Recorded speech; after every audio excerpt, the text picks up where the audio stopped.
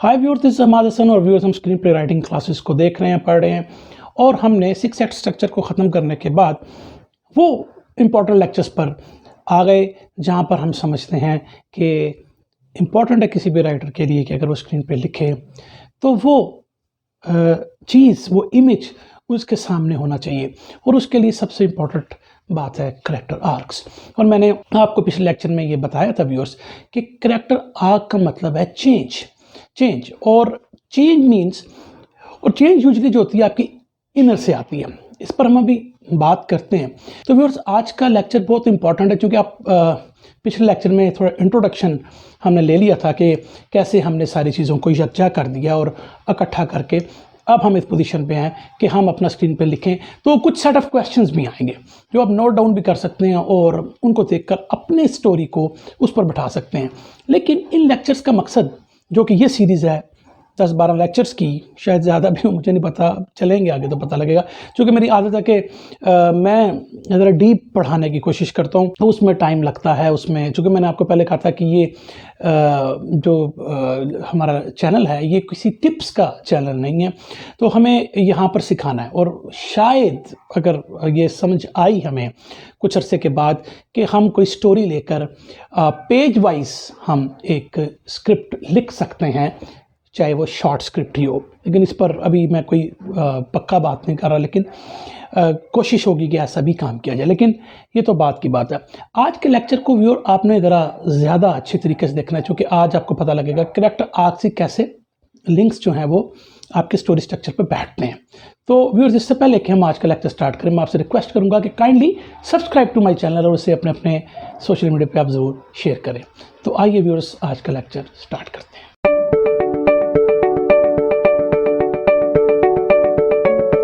तो व्यूअर्स, हमने पिछले लेक्चर में यहाँ पर बात को ख़त्म किया था कि स्टोरी में यूजुअली 3 करैक्टर आर्क्स होते हैं। मैंने आपको कहा कि ज़्यादा भी हो सकते होते होंगे, लेकिन 3 इंपॉर्टेंट करैक्टर आर्क्स हैं। और उसमें हमने कहा था कि पॉजिटिव चेंज आर्क है और नेगेटिव चेंज आर्क और फ्लैट चेंज आर्क है। और ये जो तीनों आर्क्स है हमारी, यही आपके करैक्टर को बना रही हैं। तो ये तो पहले आपने समझ लेना। अब हम आते हैं कि क्यों हर दफ़ा चेंज की बात आ रही है। देखें, हमने, आपको याद होगा जब मैं लेक्चर से पिछली सीरीज़ कर रहा था हमारे एक्ट्स की, तो उसमें शायद पहली या दूसरी जो मेरे लेक्चर था उसमें हमने कहा था कि change is the essence of the story. कहा था मैं, जो क्यों कन्फ्लिक्ट आता है। होता क्या है व्यूअर्स के कोई भी शख्स रियलिटी में हो या आपके फिक्शन करैक्टर में हो, वो चेंज को हेट करता है। वो अपने जिस माहौल में होता है वो उसी को ही बेहतर समझता है और उसमें कोई ज़्यादा चेंजिंग लाने की पोजीशन में नहीं होता। लेकिन यही वजह है कि जब उसको कोई चेंज करनी होती है तो वो रेजिस्ट करता है। तो जब रेजिस्ट करेगा तो कन्फ्लिक्ट आएगा।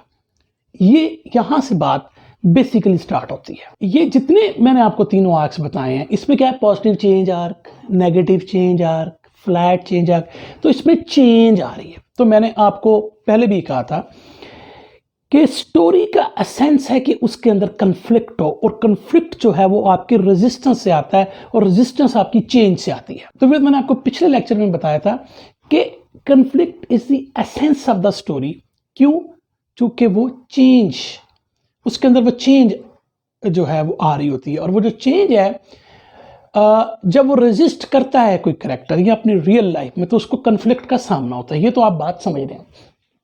और व्यूअर्स, मैंने आपको कहा था चेंज वो किस चीज़ में लेकर आना चाहता है, अपनी सिचुएशन में। तो इनिशियल सिचुएशन में हमने, याद होगा कि पहले या दूसरे लेक्चर में पढ़ा था कि करैक्टर अपनी इनिशियल सिचुएशन में चेंज को लेकर आना चाहता है और ये उसका इनिशियल डिज़ायर भी होता है। आप पिछले लेक्चर्स देख सकते हैं, जब हमने 6 एक्ट स्ट्रक्चर को स्टार्ट किया था, पहला या शायद दूसरा लेक्चर होगा, उसमें आप इस चीज़ को देख सकते हैं। तो व्यूअर्स, अब हमने क्या देखा, देखेंगे इंपॉर्टेंट बातें हैं, आपको समझनी है। एक दफ़ा समझ लेंगे तो पूरी ज़िंदगी नहीं भूलेंगे आप। तो हमने कहा कि हर बंदा चेंज को रेजिस्ट करता है और रेजिस्टेंस है हमारी क्या आई, कॉन्फ्लिक्ट आए। तो व्यूअर्स, कॉन्फ्लिक्ट क्या है?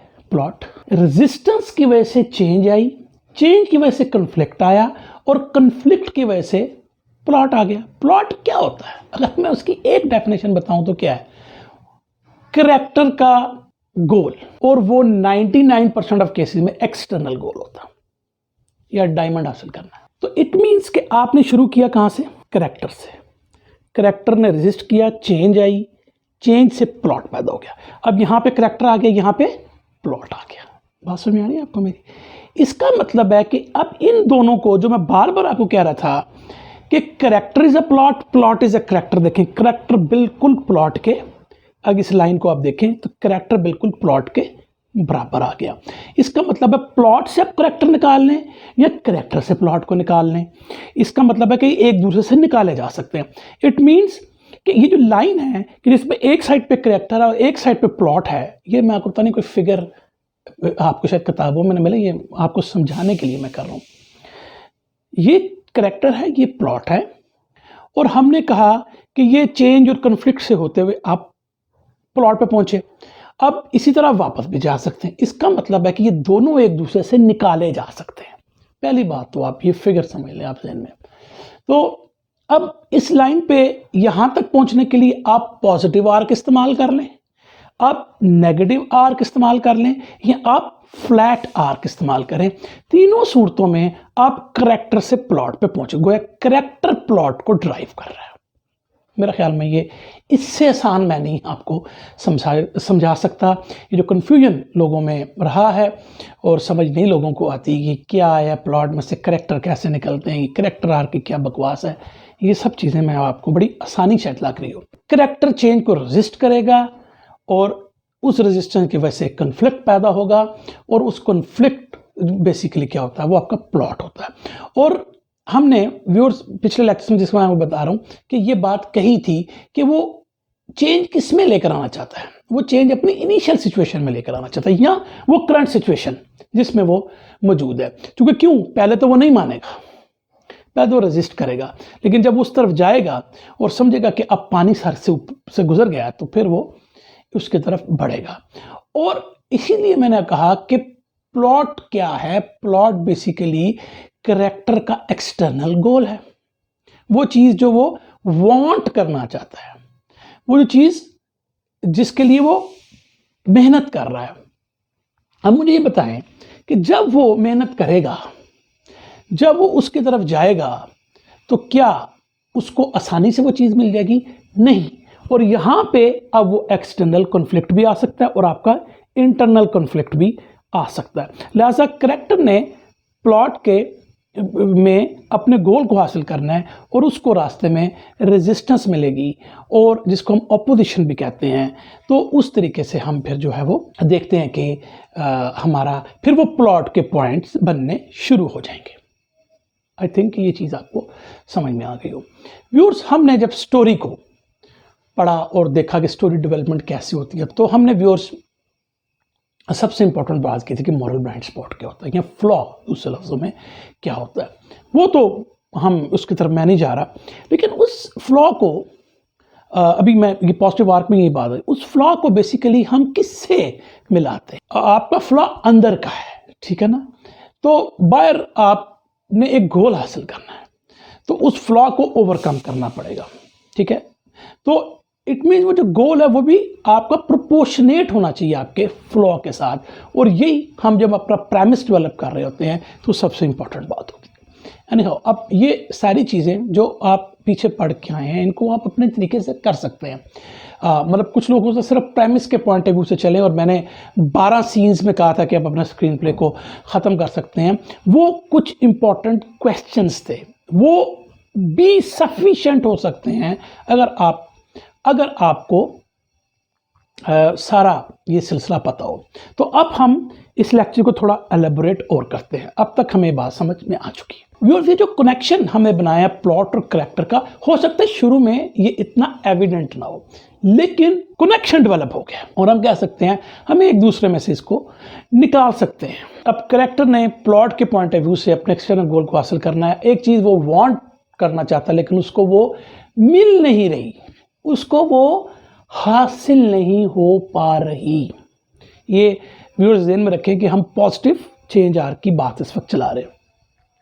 करैक्टर को आपको मैंने इनर वाली बात बता दी है, एक्सटर्नल लाइन के ऊपर मैं आपको बता रहा हूं कि उसने एक चीज हासिल करनी है। Want, not need, is something inside, want is something you want to achieve externally, कोई फिजिकल चीज को आप हासिल करना चाहते हैं। अब ये जो करेक्टर है व्यूअर्स, ये वो हासिल करना चाहेगा लेकिन उसको वो आसानी से मिल नहीं सकती, यही प्लॉट होता है, ठीक है, वो हासिल नहीं कर पा रहा होता। तो पॉजिटिव चेंज आर क्या है कि प्रोटैगनिस्ट की चेंजिंग प्रायोरिटीज क्या है। देखिए ना, एक चीज उसको नहीं मिल रही तो उसके लिए अपनी वो प्रायोरिटीज को चेंज करेगा।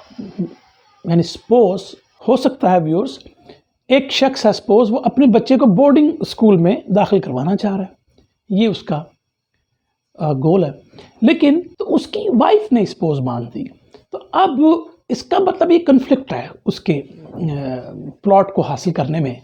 तो वो जितने मर्जी हीले बहाने तलाश करे, जब तक वो उस मसले को हल नहीं करेगा तो वो अपने प्लॉट को हासिल, अपने गोल को हासिल नहीं कर सकता। अब इसका मतलब है, ये जो छोटी एग्जाम्पल मैंने दी, इससे हम एक बात को निकालते हैं कि वो ये चीज़ क्यों हासिल नहीं करना चाह रहा है। इसकी 2-3 रीजंस हो सकती हैं। पहली कि क्या वो जो चीज़ हासिल कर रहा है वो रॉन्ग है, यानी वो चीज़ ही गलत है जिसको वो हासिल करना चाह रहा है। एक बात तो ये हो सकती है। वो क्या रॉन्ग है वो एक अलग बहस है, उसको अलग देखा जा सकता है, लेकिन at the surface of it एक चीज़ उसको नहीं मिल रही, उसके लिए अपनी प्रायोरिटीज़ को चेंज कर रहा है। हो सकता है पहला मसला उसको हो कि वो चीज़ ही रॉन्ग है, वो चीज़ ही गलत हासिल करना चाह रहा है। और दूसरा जो मैं उससे भी इंपॉर्टेंट बात समझता हूँ कि उस चीज़ को हासिल करने के लिए वो जो मेथड यूज़ कर रहा है वो मॉरली करेक्ट नहीं है। तो ये तो बातें इंपॉर्टेंट हो गई पॉजिटिव चेंज आर्क से, कि पॉजिटिव चेंज आर्क में, मैंने कहा पॉजिटिव चेंज आर्क में जहाँ से एक कैरेक्टर जो होता है एक तरीके से अपने सफ़र को स्टार्ट करता है और फिर थोड़ा बहुत सफ़र को में अपनी चीज़ों को सीखता है, प्रायोरिटीज़ को चेंज करता है और गोल को हासिल करता है। और उसको जब तक वो चीज़ नहीं मिल रही होती, उसमें 2 प्रॉब्लम्स होती हैं जो कि राइटर को आइडेंटिफाई करनी होती हैं। एक, वो चीज़ हासिल कर रहा है वो गलत है, दूसरा ये कि उसका जो मेथड है प्रायोरिटीज़ का वो मॉरली गलत है। तो ये 2 बातें हो गई। अब व्यूअर्स, हमने जो बात की कि उसकी प्रायोरिटीज सही नहीं है, क्यों, पीछे पढ़ के आया लाए, वो झूठ जिस पे वो बिलीव कर रहा है, ठीक है ना, फॉल्स बिलीव जिसे हमने काफ़ी पढ़ा। तो उस लाई को जो कि उस, अच्छा हो सकता है कि आपको बड़ा सही वो लग रहा हो, या हो सकता है कि एक बंदा बड़ा हॉरिबल सिचुएशन में, दोनों सूरतों में लाई जो है उसके दिल में बैठा हुआ है, फॉल्स बिलीफ है उसके दिल में, और यही वजह है कि वो अपनी गोल को हासिल नहीं कर पा रहा। क्यों? क्योंकि वो एक ऐसी चीज पे बिलीव करके बैठा हुआ है जो कि सिर्फ उसके लिए, यानी कि वो अपने पर्सनल पॉइंट ऑफ व्यू से इस चीज को देख रहा है और वर्ल्ड को भी उसी पॉइंट ऑफ व्यू से देख रहा है, तो लिहाजा वो अपने गोल को कैसे अचीव करेगा। तो पॉजिटिव आर्क में व्यूअर्स हम गोया फिर क्या देख रहे हैं, कैरेक्टर अपने सफर को स्टार्ट करता है पॉजिटिव वे में, और क्या उसकी लाइफ में कुछ लैक कर रहा है। ये व्यूअर्स, ये आप अनमेट नीड्स वाले लेक्चर्स को निकाल के देख सकते हैं। मैंने आपको बार बार कहा था कि आपको अब पुराने लेक्चर्स की जो है हॉन्टिंग होगी, जिन्होंने सही तरह नहीं पढ़ा उनको देखना पड़ेगा जाकर दोबारा। इसीलिए ये वो निचोड़ है मैं आपको कह रहा हूँ, मैं इनको टच करता हुआ जा रहा हूँ और आपको बताता जा रहा हूँ कि वो लेक्चर्स क्यों इंपॉर्टेंट थे यहाँ तक पहुँचने के लिए। ऐसे नहीं उन लेक्चर्स को सीक्वेंस में बनाया गया, इसीलिए कि आपको समझ में आए। कैरेक्टर ने जब पॉजिटिव चेंज आर्क में आपने अपने कैरेक्टर को रखा हुआ है, तो वो अपने जब जिंदगी को स्टार्ट करेगा तो कुछ चीज़ के वो लैक करेगा, और यही वजह उस लैकिंग वो रीज़न बनेगी कि वो चेंज होना चाहेगा, ठीक है ना, वो चेंज करना चाहेगा अपने आप को, और यही वो रीज़न है कि वो जो उसको नीड नहीं, वो अनमेट जो नीड है उसको हासिल करने के लिए ही हैज़ टू चेंज हिमसेल्फ। वो अभी अलग बात है कि वो शुरू में अपने उस फॉल्स बिलीफ को नहीं समझ रहा होगा, वो इसका मतलब इनकम्प्लीट है इन सम वे। तो क्या ये एक्सटर्नली पॉइंट ऑफ व्यू से लैक कर रहा है? नो, ये नहीं कि मैं गाड़ी मेरे पास नहीं है तो मैं एक कंप्लीट इंसान। अब आपको मैं 2 बातें बताता हूँ। एक शख्स जो जेल में है, उसकी एक्सटर्नल पोजीशन और उसकी ये मामला तो ठीक नहीं नज़र आ रहे, लेकिन हो सकता है कि अंदर से बिल्कुल बैलेंस्ड हो, जबकि एक बंदा जो बहुत अमीर है, बहुत दौलत उसके पास, स्विमिंग पूलों में नहा रहा है, हो सकता है वो अंदर से इनकम्प्लीट हो। तो जो एक्सटर्नल आपको ज़ाहिरी चीज़ें नज़र आ रही होती हैं, इसका मतलब ये नहीं कि वो कंप्लीट है, कि एक जेल में बंदा है तो यार वो तो बिल्कुल नहीं, हो सकता है वो अंदर से बिल्कुल कंप्लीट है कि वो। तो इसका मतलब ये हो कि कोई भी बंदा कंप्लीट या इनकम्प्लीट अपने इनर से होता है, इसलिए कैरेक्टर आर्क्स इंपॉर्टेंट होते हैं। तो अगर वो इनकम्प्लीट है इन साइड से, तो इसका मतलब है कि उसका कोई मिसकंसेप्शन है, कोई मिसबिलीफ है, कोई फॉल्स बिलीफ है जो उसके अंदर है। ये जो मिसकंसेप्शन है, इसको मैंने पहले कहा कि अपने पॉइंट ऑफ व्यू से भी हो सकती है, दुनिया के बारे में भी इसकी हो सकती है, किसी और शख्स के बारे में भी हो सकती है। तो ये जो मिसकंसेप्शन है, जिसको फॉल्स बिलीफ कहते हैं, ये उसके दिल में बैठा हुआ है। और व्यूअर्स, आगे हम देखेंगे कि यही मिसकंसेप्शन, यही फॉल्स बिलीफ जो है, पहले भी इसको मैंने काफ़ी पढ़ाया है, लेकिन जो कि मैं टच कर रहा हूँ तो इम्पॉर्टेंट है कि अब हमने इंटरसेक्शन रखनी है प्लॉट्स के अंदर। तो ये आपका ज़हन खुले पहले कि कहाँ पे हम बात कर रहे हैं, प्लॉट, करैक्टर, आर्क्स, और उसके अंदर चेंजिंग, और चेंजिंग में उसका मिसकंसेप्शन, ये सब चीज़ें करैक्टर को आप बना रहे हैं। तो इस पॉइंट ऑफ व्यू से व्यूअर्स के हम अगले लेक्चर्स में भी देखेंगे कि ये जो मिसकंसेप्शन है, ये जो फॉल्स बिलीफ है, ये डायरेक्टली, ये बेसिकली मेन ऑब्स्टेकल है किसको हासिल करने में, अपने एक्सटर्नल गोल को हासिल करने में। हो सकता है कि शुरू में आपको लगे कि यार ये तो बड़ी स्ट्रांग पॉइंट है, लेकिन जैसी स्टोरी प्रोग्रेस करेगी आप देखेंगे कि ये उसके लिए एक सबसे बड़ी प्रॉब्लम साबित होगी। तो फिर शुरू में हम ये देखते हैं, जब आप अपनी स्टोरी को स्टार्ट करते हैं तो हम ये देखते हैं कि करैक्टर को समटाइम रियलाइज ही नहीं होता, यानी कुछ सिचुएशन में तो उसका रियलाइज हो, लेकिन मोस्ट ऑफ द केसेस में वो रियलाइज ही नहीं करता कि उसके अंदर एक फ्लॉ चल रहा है और एक उसका मिसकंसेप्शन है दुनिया के बारे में या अपने बारे में। और समटाइम अगर कोई शायद बताए भी उसको तो वो उसके डिनाइल में होगा, और नहीं यार ऐसा कोई मसला नहीं मेरे साथ। उसके कुलीग, उसके दोस्त अगर उसको बताएं भी तो यूजली वो इसके डिनाइल में ही रहेगा कि नहीं यार मेरे में कोई ऐसी डेफिशिएंसी नहीं, मेरे में कोई ऐसा फ्लॉ नहीं। लेकिन फिर आपने कहीं तो उसको रियलाइज करना है, या उसको कब रियलाइज हो सकता है, तो वो हो सकता है इंसाइटिंग इंसिडेंट पे भी हो सकता है उसको, जिसको हमने अगर एक्ट्स में देखें तो डिस्टर्बेंस के पॉइंट ऑफ व्यू, डिस्टर्बेंस जो होती है, डिस्टर्बेंस आपको याद हो जो हम लेक्चर में पढ़ा था, एक्ट 1 में डिस्टर्बेंस आ रही थी जो कि हमारा टर्निंग पॉइंट कैटलिस्ट था, ठीक है ना। तो उस जगह पे उसको रियलाइज हो सकता है, या 3 एक्ट के स्ट्रक्चर को पढ़ते समय वो फर्स्ट प्लॉट पॉइंट कहते हैं, या जब एक्ट 1 ख़त्म हो रहा होता है। वो जो फर्स्ट एक्ट है, हमारे केस में अगर आप कर रहे हो तो फेज़ 1 की बात करेंगे, जिसमें हम एक्ट 1 और एक्ट 2 दोनों को लेकर आ सकते हैं। लेकिन ब्रॉडर टर्म में लोग एक्ट 1 एक्ट 3 को उस तरह नहीं पढ़ाते जिस तरह हमने तो उसको फेजेस में पढ़ा है। तो इस केस में फेज़ में, और दूसरे गुरुज की बातों में एक्ट 1 में करैक्टर के पास, राइटर के पास बड़ा टाइम है कि वो अपने करैक्टर को इस्टेब्लिश करे, उसके लाइक को आइडेंटिफाई करवाए। और उसके पॉइंट ऑफ व्यू से व्यूअर्स, हमने जब वो 12 सीन्स वाली वीडियो की थी कि जिसमें अपना स्क्रीन पे ख़त्म हुआ, तो उसमें मैंने आपको कुछ क्वेश्चंस लिखवाए थे और बताया था कि स्क्रीन प्ले पे आपने कहाँ पे इस लाई को शो करना है। अब उसका नॉलेज भी आप जेन में लिख रहे हैं, यानी प्रैक्टिकली अगर आपको देखना पड़े तो कहाँ किस तरह करेंगे, तो वो आप मेरा लेक्चर उठाएं कि उसमें आप देखेंगे कि यार ये इस जगह पे मुझे अपने सीन को लेकर आना है। तो वो लाई जो है वो कई तरह की शक्लें बना सकता है, ये हम पीछे पढ़ के भी आए हैं, और करैक्टर आर्क में लाई का जिक्र हमने बहुत ज़्यादा किया है। करैक्टर आर्क की 8-10 क्लासेज हैं, उसमें भी आप उसको देख सकते हैं। मिसाल के तौर पे अगर आप फिल्म थॉर में देखें तो उसका लाई क्या है, माइट इज राइट, ताकत। जेन एयर में क्या है, so the only way to earn love is through servitude, यानी कि आप किसी की गुलामी करके भी सिर्फ अपने लव को हासिल कर सकते हैं। तो ये उसका एक मिसकंसेप्शन है कि अगर आपने किसी की अट्रैक्शन लेनी है, अगर किसी का लव हासिल करना है, तो उसके लिए आपको उसका गुलाम बनना पड़ेगा। तो ये एक लाई की ये एक शक्ल है। जुरासिक पार्क में क्या है, लाई हमारे करैक्टर की है कि जो किड्स हैं they aren't worth of taking care of, यानी कि कोई फ़ायदा नहीं कि आप इनकी निगहदाश्त करें, इनको संभालें, इनका ख्याल रखें, इनको पढ़ाएं, यानी कि उनकी केयर करने का जो है वो कोई फ़ायदा नहीं है। सेकेंड हैंड लाइन्स में अगर आप देखें तो जिन लोगों से हम मोहब्बत करते हैं वो आपसे झूठ बोलेंगे, ये उसका लाई है। टॉय स्टोरी में आप देखें कि आप जब तक फेवरेट नहीं बनेंगे किसी के तो आपकी कोई वर्थ नहीं। 3 किंग्स में क्या है, तो उस पर लोगों से ज़्यादा आप अहमियत दे रहे हैं दौलत को, वो जो गोल्ड हासिल करना चाह रहे होते हैं।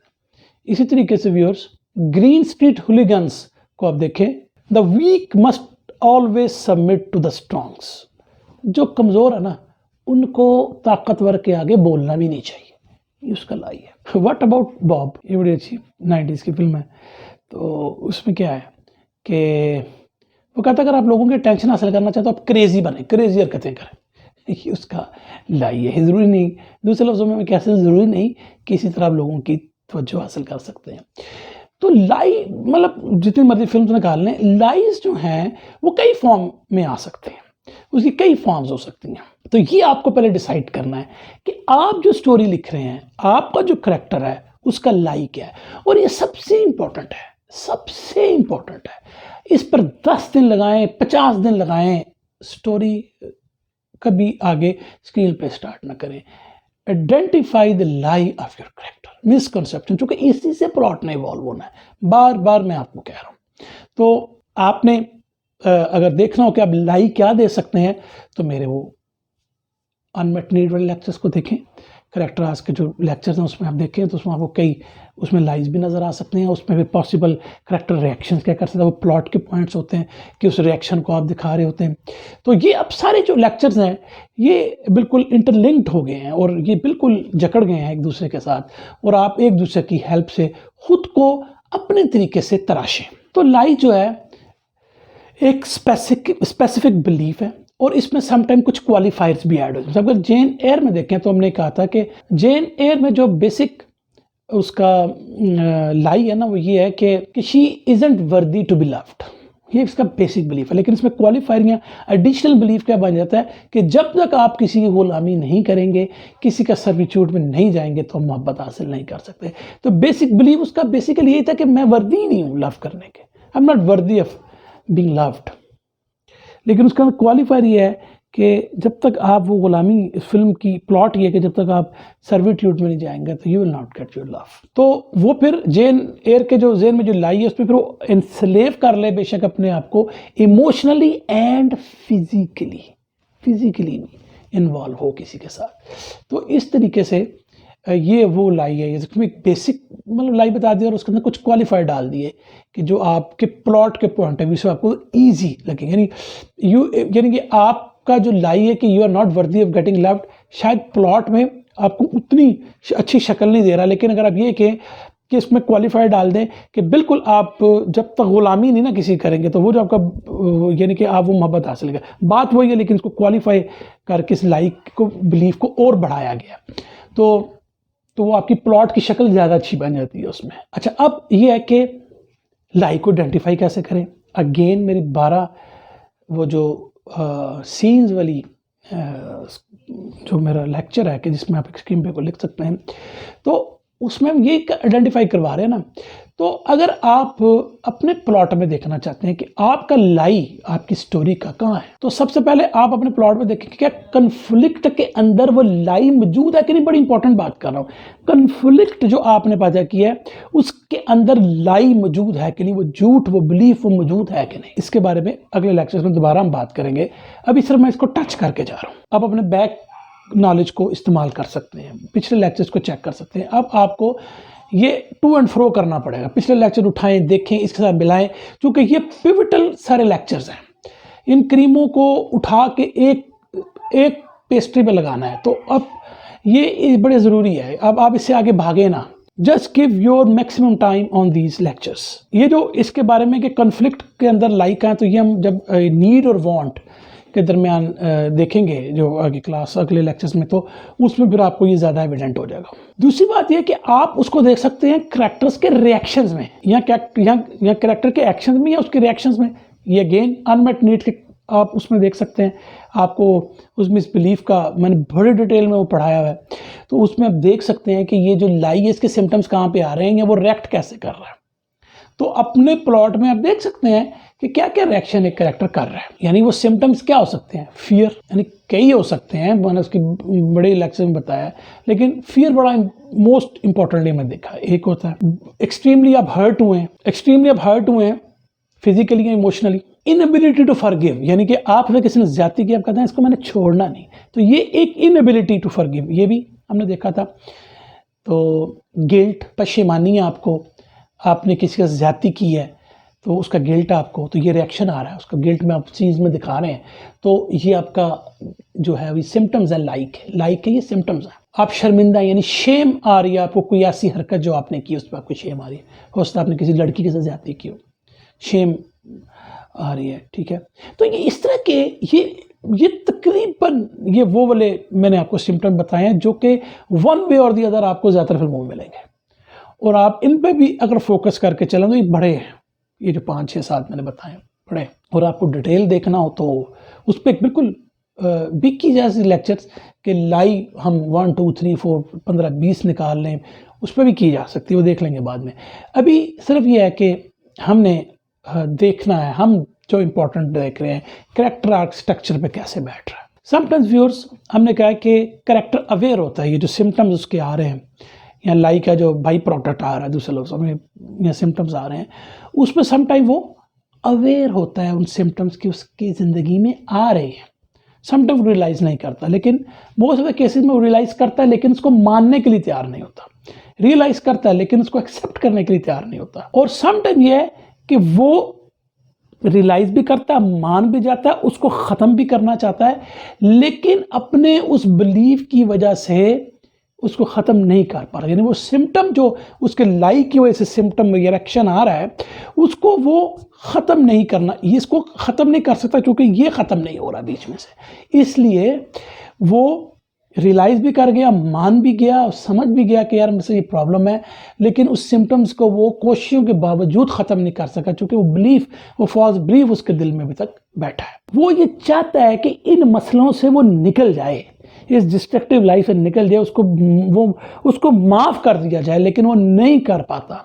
क्यों? कि वो उस लाई से को ओवरकम नहीं कर पा रहा होता। तो व्यूअर्स, आज के लेक्चर को ख़त्म करने से पहले अब वो कुछ क्वेश्चंस आ रहे हैं जो कि इसको आप देखेंगे और फिर अगले लेक्चर में हम बाकी चीज़ों को देखेंगे। हमने वो क्वेश्चंस करने हैं कि वो लाई जिस पर कैरेक्टर बिलीव कर रहा है वो उसमें क्या क्या क्वेश्चंस आ सकते हैं, हम पूछ सकते हैं कैरेक्टर के लाई को आइडेंटिफाई करने के लिए। What misconception does your protagonist have regarding himself और द वर्ल्ड? अपने बारे में और दुनिया के मतलब उसका मिसकंसेप्शन है क्या? पहला क्वेश्चन, इसको आपने अपने आंसर में लिखना है, उस पर गौर करना है, क्योंकि इस मिसकंसेप्शन पे आपका प्लॉट बैठना है। ये कोई छोटी बात नहीं है, कोई छोटा क्वेश्चन नहीं है। ये नहीं है कि बस आए और बर्गर मुंह में रखा हुआ और मिसकंसेप्शन लिख दिया। नो, टेक योर टाइम, सोचे, ठीक है, वो क्या लैक कर रहा है, किस चीज से महरूम है, यानी कि मेंटली भी, स्पिरिचुअली भी और इमोशनली भी, यानी कि ज़हनी तौर पे भी, नफ्सियाती तौर पे भी और जज्बाती तौर पे भी और स्पिरिचुअली भी। तो वो क्या चीज़ लैक कर रहा है? हो सकता है कि वो तीनों लैक कर रहा हो सकता है वो एक चीज़ लैक कर रहा हो सकता है इमोशनली वो लैक कर रहा हो सकता है स्पिरिचुअली वो लैक कर रहा हो अपनी ये चीज़ों को, तो हो सकता है वो स्पिरिचुअली लैक कर रहा हो। तो ये आपने, ये तीनों ही लैक कर रहा है। तो सेकंड क्वेश्चन आपको बनता है, आपने लिखना है ये मेरा मिसकंसेप्शन है और ये मेरा लैकिंग है। और सबसे इंपॉर्टेंट ये क्वेश्चन आ रहा है कि ये जो इसका लाई है, और ये लाई इंटरनल होता है, ये उसके एक्सटर्नल वर्ल्ड पे कैसे नज़र आ रहा है। जैसे मैंने रिएक्शन में बताया, डिस्ट्रक्टिव लाइफ, शेम, गिल्ट चीज़ें आ रही हैं, सिम्पटम्स, तो ये कैसे रिफ्लेक्ट करना, तो आपने लिखना है, आपने लिखना है। जब आप वो चीज़ लिखेंगे तो सीन्स आपको समझ में आने शुरू होंगी। यार ये चीज़ जब मैं शो करूंगा तो मेरा सीन किस किस्म का होना चाहिए, ये सीन किसके अगेंस्ट होना चाहिए। जब आपने स्टोरी को शुरू किया तो क्या ये जो लाई है इसकी ज़िंदगी का पहले से ही बेड़ा अगर कर रहा था तो कैसे कर रहा था और क्यों कर रहा था, फिर आपने लिखना है। या जब आपने स्टोरी शुरू की है तो अभी लाई उसको डिस्ट्रैक्ट नहीं कर रहा, लेकिन मोस्ट ऑफ द केसेस में पॉजिटिव आर्क में लाई डिस्टर्ब कर रहा होता है, तभी तुम कहते हैं कि वो इम्परफेक्ट सिचुएशन में होता है। और अगर लाई उसको नहीं कर रहा शुरू में ही उसकी लाइफ को डिस्टर्ब, तो क्या इंसाइटिंग इंसिडेंट या डिस्टर्बेंस पॉइंट या कैटलिस्ट के जो पॉइंट्स आएंगे, जिसको प्लॉट पॉइंट भी 3 एक्ट स्ट्रक्चर में कहते हैं, वो कोई ऐसी चेंज लेकर आ रहा है कि अब इसके बाद वो लाई जो है उसकी जिंदगी को डिस्टर्ब करेगा। तभी तो मैंने कहा ना डिस्टर्बेंस, वो जो हमने कैटलिस्ट का पॉइंट दिया था। तो ये सारी चीज़ें आपस में लिंक्ड है। प्लीज़ इनको बिल्कुल आप ना समझें कि ऐसी हवा में मैं चीज़ें बता रहा हूँ, ये आपस में मिली हुई हैं। क्या, ये भी क्वेश्चन इंपॉर्टेंट है, मैं इसका जिक्र भी किया था कि वो जो लाई है करैक्टर का, does it require any qualifiers to narrow it down? क्योंकि नैरो इट डाउन से मुराद है कि प्लॉट पे वो आपको ज़्यादा अच्छा समझ में आ रहा होता। जैसे मैंने आपको बताया था कि जेन एयर में क्या प्रॉब्लम है कि उसका बेसिक बिलीफ ये है कि she thinks is not worthy of love. ये एक ब्रॉडर बात है, लेकिन प्लॉट पर हम क्या उसकी बात करें, इसको हमने क्वालिफायर करके नैरो कर दिया है कि भाई जब तक आप गुलामी नहीं करोगे मोहब्बत आपको हासिल नहीं हो पाएगी। ये प्लॉट की एक शक्ल बन गई है, ठीक है ना। तो क्या आपका लाइक क्लियर है इतना? क्या आपको क्वालिफायर की जरूरत नहीं है? डजेंट मैटर, आपके अपने उस पर है। ये राइटर की अपनी थिंकिंग, अपने कमरे में बैठा है, उसकी अपनी तख्लीक है। क्योंकि अब जो आप करेक्टर बना देंगे उसके बाद करेक्टर ने आपके हाथ में नहीं आना। इस लिहाजा अब आप क्रिएट कर रहे हैं तो इन चीज़ों पर टाइम दें। आखिरी क्वेश्चन ये बन सकता है कि सिम्टम्स क्या आ रहे हैं आपके लाई के। तो ये जो 6-7 क्वेश्चंस हैं ये लाई के पॉइंट ऑफ व्यू से इंपॉर्टेंट होके और ये बड़े इंपॉर्टेंट क्वेश्चंस बन गए। क्यों? कि लाई ही बेसिकली आपके करेक्टर आर्क की एसेंस है, या आप कह सकते हैं फाउंडेशन है। क्योंकि यही उसकी दुनिया में, उसके वर्ल्ड में सबसे बुरी चीज़ है, रॉन्ग है, ठीक है ना।